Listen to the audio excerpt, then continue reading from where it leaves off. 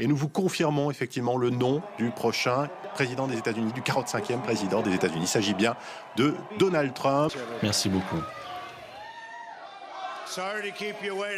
Désolé de vous avoir fait attendre. Donald Trump a annoncé un Brexit puissance 3. C'est effectivement un véritable choc politique que vient de créer Donald Trump.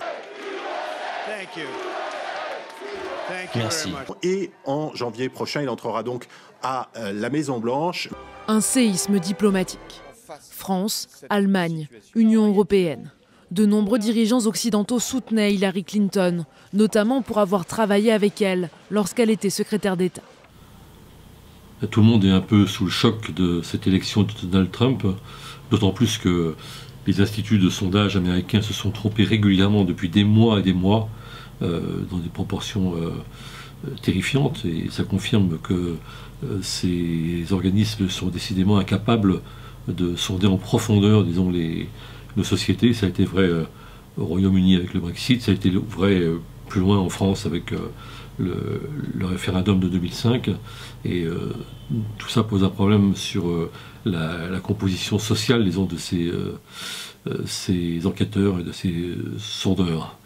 Mais bon, pour en revenir sur le fond, il y a évidemment, d'abord c'est très inquiétant, parce que le personnage lui-même est très inquiétant, Trump, bien sûr, mais il y a quand même des choses très contradictoires qui s'expriment dans ce vote, qui globalement est un vote en effet de blancs de l'Ouest et puis du Sud, et un petit peu aussi quand même des zones industrielles du Nord, où il a pris des positions qui étaient un peu inattendues.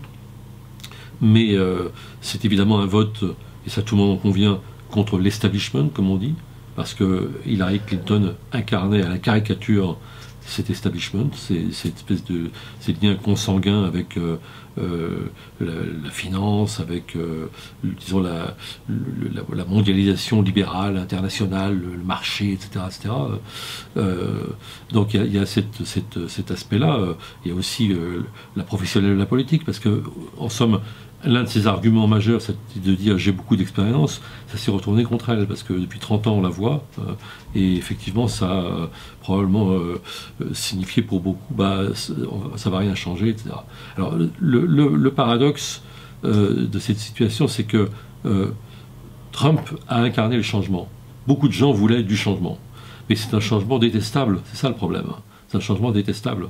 C'est-à-dire que l'offre politique qui a été soumise au suffrage était épouvantable, entre la continuité du système incarné par Clinton et un changement, mais du côté du racisme, de la xénophobie, du machisme, de la vulgarité, enfin, du repli, qui est du repli américain, etc.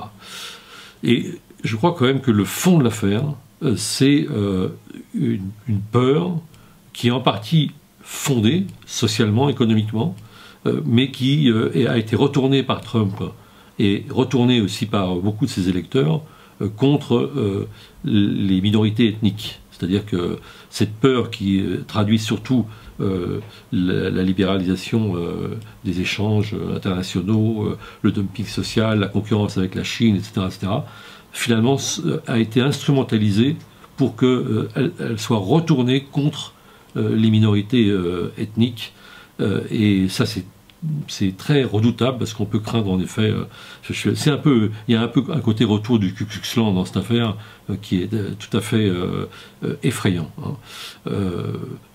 En même temps, c'est évidemment une illusion, parce que les murs que Trump promet d'édifier, et tout ce discours auquel beaucoup de ses électeurs ont cru, seront évidemment impuissants à modifier, disons, l'évolution ethnique qui va vers 2042, dit-on, où les Blancs seront minoritaires dans ce pays. C'est cette peur-là qui, elle, est injustifiée, mais qu'on peut comprendre, et qui a été amalgamée, disons, à la peur économique et sociale.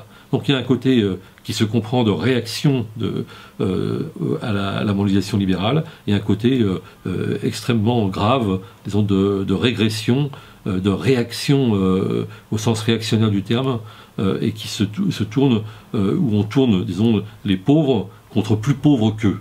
Et ça, c'est terrible.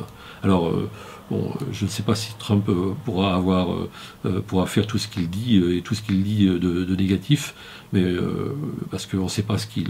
Il a les mains libres apparemment, parce qu'il gagne aussi...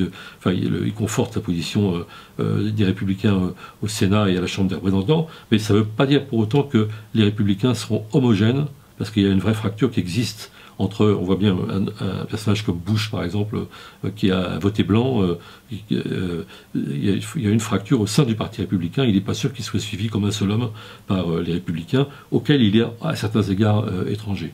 Donc voilà, et bon, on a vu qu'il recueillait les félicitations empressées et de Poutine et de Marine Le Pen, et donc ça doit nous faire beaucoup réfléchir ici, pour qu'il y ait une autre offre politique que celle qui en fait emprisonné les Américains au point de les rendre fous, en fait, parce que c'est ça dont il s'agit. Hein.